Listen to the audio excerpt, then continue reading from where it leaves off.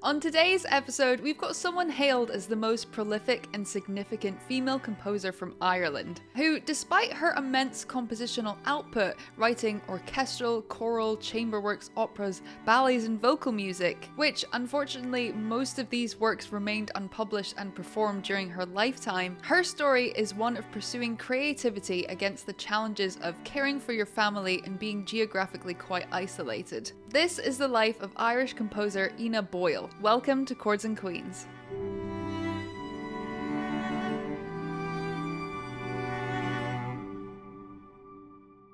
So hello, welcome back to Chords and Queens, the podcast dedicated to celebrating and amplifying the extraordinary work of female composers and musicians throughout history. And today we're exploring our first Irish composer. And I'll be honest, she's a composer I had never heard of until listening to Esther Abrami's album Woman, which is a body of work that showcases the exceptional talent of 14 composers across history, spanning newly composed works and rediscovered masterpieces. And one of those featured composers on the album is who we're going to be talking about today. So, Selina Adelaide Phillips Boyle was born on March 8th, 1889 in Enniskerry, Ireland. Her father was literally a father. He was Reverend W.F. Boyle, and her mother, Philippa Arabella Boyle, who in particular came from a very wealthy Protestant family. And let me tell you, her parents wasted no time, and little over a year after little Ina was born, the family welcomed a second daughter called Phyllis Kathleen, and they all lived in a family house known as Bushy Park, which was left in the possession of Ina's mother after her remaining relatives that were also living there at the time sadly passed away. Now, this was a pretty important home in Ina's story because she essentially lived there her entire life. And while she was growing up in this quiet village of Bushy Park, County Wicklow, it was clear even from an early age that she possessed a remarkable gift for music. And this might be because the atmosphere of her childhood home seemed to buzz with creativity. Because her father,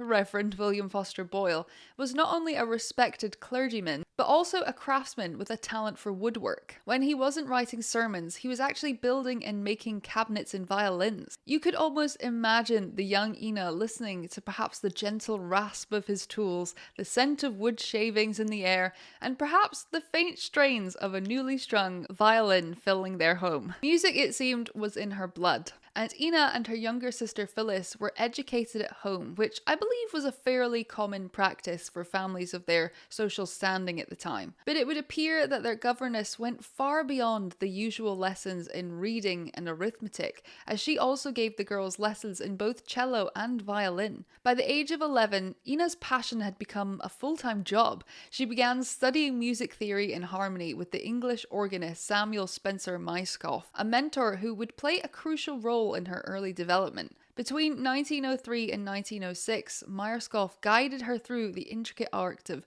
counterpoint, modulation, and even word setting, which are the very building blocks of composition. He recognized her potential early on by encouraging her not just to play and analyze music, but to create it. By 1904, her studies expanded to include lessons with Charles Wood, one of Ireland's most respected composers and teachers, and this seemed like it was a period of intense learning and discovery as Ina was quietly mastering tools that would later define her voice as a composer. And as the years went on, Ina also studied with several different teachers. For example, by 1910, she was studying with Percy Buck, a newly appointed professor of music at Trinity College, Dublin. A few years later, in 1913, she was learning from Charles Herbert Kitson and George Hewson, both of whom would become strong influences on her compositional style. These years were crucial as Ina wasn't simply learning the basics of music to improve her playing, she was actually honing her skills and developing her confidence to become a fully fledged composer. And this year, 1913, that we're talking about, marked a turning point in her early career, because for the first time, Ina's compositions were recognized publicly at the Sligo Face Call, which I hope I'm saying correctly, and if you're watching the video podcast, I'll put out what I'm trying to say. This was essentially Ireland's prestigious music competition. And guess what? She won first prize for her Elegy for cello and orchestra, and second prize for her setting of Walt Whitman's poem The Last Invocation. And for a young woman composer in the early 20th century Ireland, this was kind of a big deal. Her teachers, particularly Kitson, encouraged her to continue writing sacred works, and by 1915, two of her anthems, the funeral anthems and Wilt Not Thou, O God, were published, which again was an impressive achievement for any composer at that time, but let alone a woman who was largely working in isolation in rural Ireland. During the First World War, Ina continued to write her music, reflecting on the solemn mood of the time. In 1916, she composed Soldiers at Peace, which is an early choral piece that captured both her compassion and her growing maturity as an artist. But her greatest early triumph came just a few years later in 1919 with the orchestral rhapsody The Magic Harp. Now, this lush, imaginative work caught the attention of the Carnegie United Kingdom Trust, a highly respected organisation that published works by promising composers throughout the British Isles. And in 1920, The Magic Harp was selected for publication, and our girl Ina Boyle became the only woman composer ever chosen for this honour. The piece was published in 1922 and later taken up by the conductor Dan Godfrey in Bournemouth, giving Boyle's music its first major public exposure. Now, after this landmark achievement, she didn't slow down. Ina's creative energy only grew stronger, and in 1921, she composed Colin Clout, a pastoral work for orchestra that revealed her love for the Irish landscape and her gift for evocative musical storytelling. By this point, Ina had established herself as one of Ireland's most promising and distinctive young voices, a woman quiet but confidently carving out her own place in a world of music, still largely dominated by men. A pivotal moment in Ina's professional development came in 1923, this year which, after a period of correspondence, she began travelling from her secluded home in County Wicklow to the big old London, crossing the Irish Sea by steamship for lessons with none other than Ralph Vaughan Williams. And if you don't know who that is, he's essentially one of the great figures of English music. He's definitely hailed as like a godfather figure, if that helps with your imagination of the situation. Her first composition lesson with him took place in February 1923 at Vaughan Williams' home in Dorking, Surrey, and it's said that even from the very beginning he recognised Ina's unique gift for writing music. He encouraged her not only to refine her craft but also to have the confidence in her own musical voice. He often urged her to seek out performances of her works, which was a challenge for any composer, but especially for one living in relative isolation outside Dublin's limited classical music circles. And it's worth mentioning that although she made the journey to London for lessons several times over the years, Ina always returned to her family's estate, and her trips to London were infrequent, probably because the journey was one, expensive, and she also had responsibilities at home to look after her family. And it does appear that she devoted much of her time to caring for her aging parents and her sister Phyllis, and to maintaining the house and gardens. Yet, despite these sort of domestic obligations, she remained fiercely committed to her music. During her visits to London, Ina gained more than just instruction from Vaughan Williams, as she also connected with a small but very influential circle of young women composers who were beginning to make their mark on British music. Among them were Elizabeth McConkie, Elizabeth Lucens, and Grace Williams, and these women would go on to have significant careers of their own, and Ina's friendship with McConkie in particular would last for the next 50 years. This network of women worked together to create opportunities in this male-dominated musical world, as they organised concerts, often performing each other's works, and supported one another's creative ambitions in an era when female composers were rarely taken seriously. I'm sure Ina felt a bit isolated and alone living all the way in Ireland, but I'm also convinced that she must have found such encouragement and support from having this group of women by her side. Not literally, but you know what I mean. The 1920s and 1930s proved to be among Ina's most productive and ambitious years. She began to think on a larger scale, composing orchestral and symphonic works that reflected both her technical skill and her deep connection and love for the Irish landscape. Between 1924 and 1927, she completed her first symphony, the Symphony No. 1 Glencree. The title and movement names, On Lacken Hill, Night Winds in the Valley, and Above Lough Bray, I believe are real places in the Wicklow Mountains near her home. The work is essentially a musical portrait of her surroundings, taking in this expansive, atmospheric place and translating it into music. Each movement captures a different facet of the landscape, from the gentle rolling hills to perhaps the mysterious stillness of a Wicklow night. Her second symphony, The Dream of the Rood, which again, I hope I'm saying correctly and it's not road. Rude?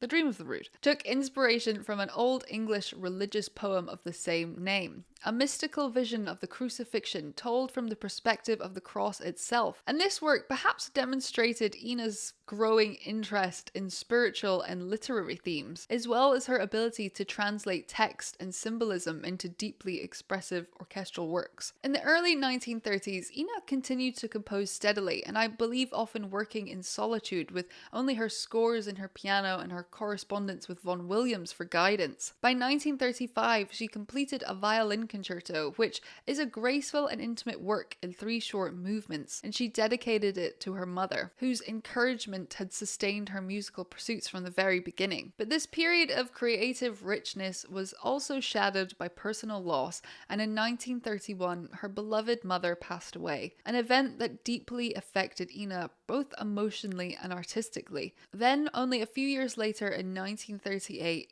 Ina's younger sister Phyllis died, which I'm sure must have left her devastated and saddened. But even in the midst of grief, Ina continued to compose, as I'm sure her art was her outlet, and perhaps a way of expressing not only her love for the Irish countryside and her spiritual reflections, but also a way of navigating the tremendous pain and sadness in the face of loss. The outbreak of the Second World War in 1939 marked a profound turning point in Ina's life and her career. The war effectively ended her regular trips to London, severing the vital connection she had maintained with Vaughan Williams and the musical network she had also worked so hard to build. This was mainly because steamship crossings were dangerous and travel restrictions were tight, and communication by post was pretty unreliable. For Ina, who perhaps had always lived somewhat on the fringes of the professional musical world, I'm sure this sudden, even greater isolation was all the more devastating, as she was essentially cut off from performances, publishers,